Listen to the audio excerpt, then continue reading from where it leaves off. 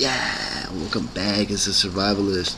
I just wanted to go over something that involves surviving day to day.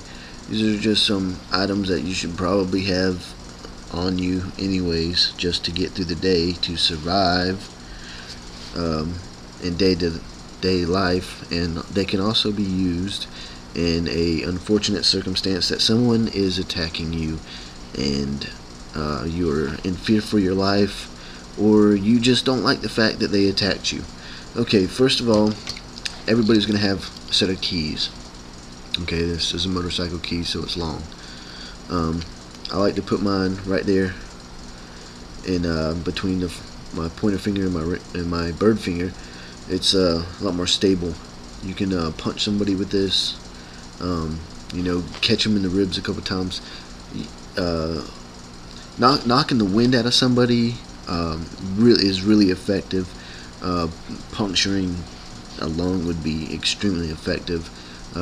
Like vulnerable areas are your neck, of course, the eyes, the nose is a good way to get somebody to stop. The groin area, that even works on girls, and underneath your arm right here,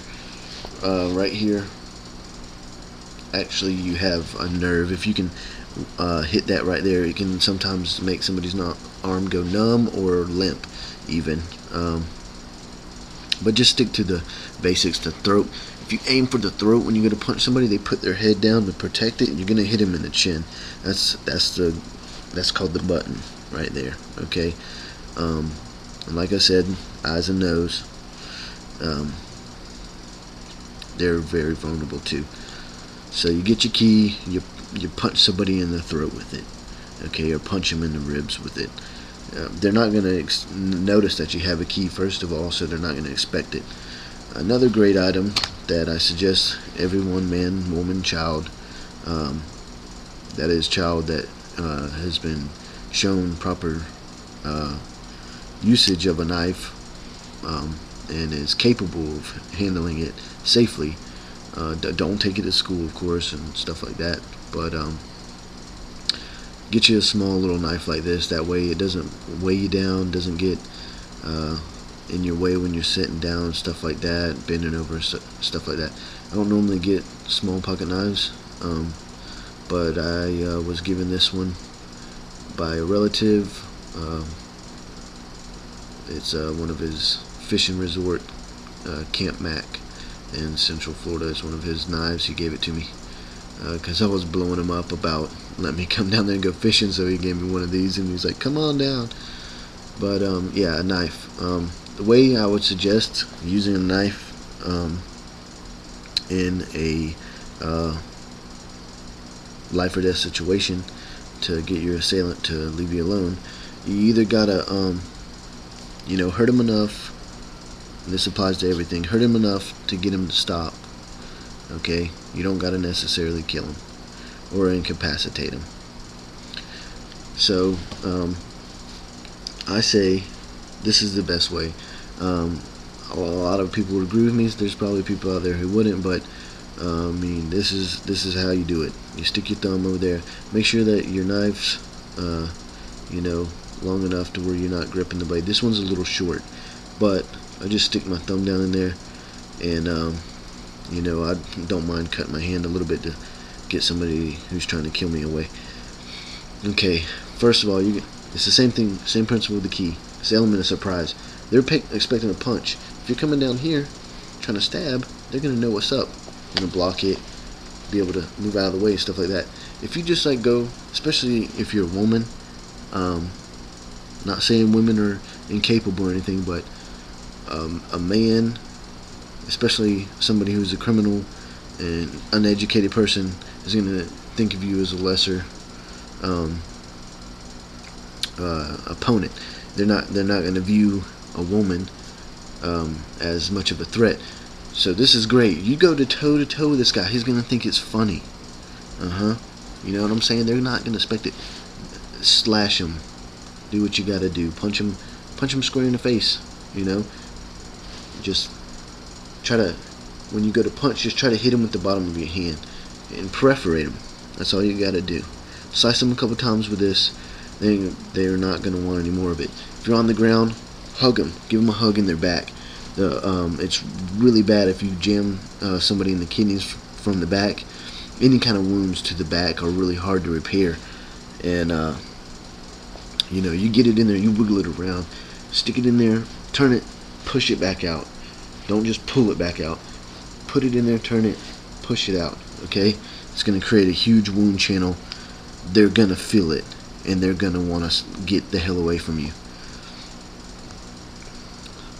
Also, a couple things. These both work similar methods. A lighter or some chapstick.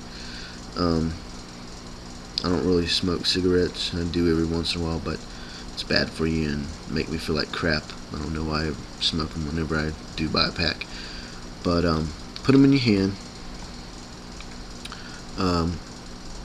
It makes your punch a lot more solid.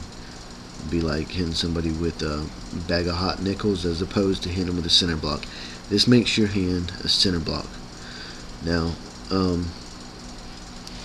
I will say here that your elbow is going to be stronger than your fist, for sure. Okay, and it's going to split somebody open. Your elbow is going to hurt somebody a lot worse than your fist, but your fist has more reach. So if you're trying to keep somebody away from you, keep them away from you. They get into the elbow zone, you know, which is half of your reach. Elbow them.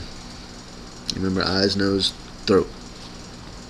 If your assailant's ever in a position where you can knee them, the knee is been scientifically proven on, I've seen it on TV, so I don't know if it's true, but I would think it's true. You can put so much weight behind your knee. It's a big ass muscle down there with your leg. You can smash somebody's face in with your knee. Okay, if your assailant's on the ground, smash his face in. The cops are going to be on your side. Dude was trying to attack you. And like I said, especially if you're a woman, because you know, most cops being male are going to have sympathy for a woman, and everyone's going to be like, what was this douchebag trying to do and attack a woman? So do what you got to do, ladies. Nobody is going to be mad at you. Pencil and a pen, that's something that most everybody, you know, uses on a daily basis. They both work really good. The pen's a little bit more durable usually, you know, especially if it's a plastic pen. I say if you got the cap on it, take that off. You want it to be shorter. That way it's more rigid. You're probably going to break both of these items. The pencil, I kind of like the idea of a pencil, because if somebody attacks you, they're not going to the hospital with a broke off pencil in them, because the cops are going to know right away. They're going to have APB out at the hospitals already for somebody with a pencil stuck in them. Okay, this is going to be a pain in the ass for whoever it happens to. Okay, if they get stabbed with this pencil, they're going to get graphite poisoning most likely, and it's going to be very irritating. I've been stabbed with a pencil before, and it was on accident. I leaned back on one, and my hand went down on it in just a way to make it poke me in the back, and the graphite burned really bad, and I had never experienced that before. It surprised me a lot. The graphite burns, it hurts like a bitch, and it's going to make a nasty infection with that wood and stuff like that. And if they don't get it treated, they're going to be in some sad shape. Another thing you can use a belt. Here's my belt. It's got fish on it, you know, bass and all kinds of panfish. I like panfishing. That'd be awesome to choke somebody out with this. If you get captured by somebody, you're not going to probably be able to pull this off in a fight or something like this, unless you make like some kind of joke and be like, I'm about to whoop you, boy. You ready for your whooping? And they actually give you the chance to take off your belt. You can choke somebody out with it, and also you can smash around their face with the belt buckle. You hit somebody in the face enough times with this, they'll leave you alone.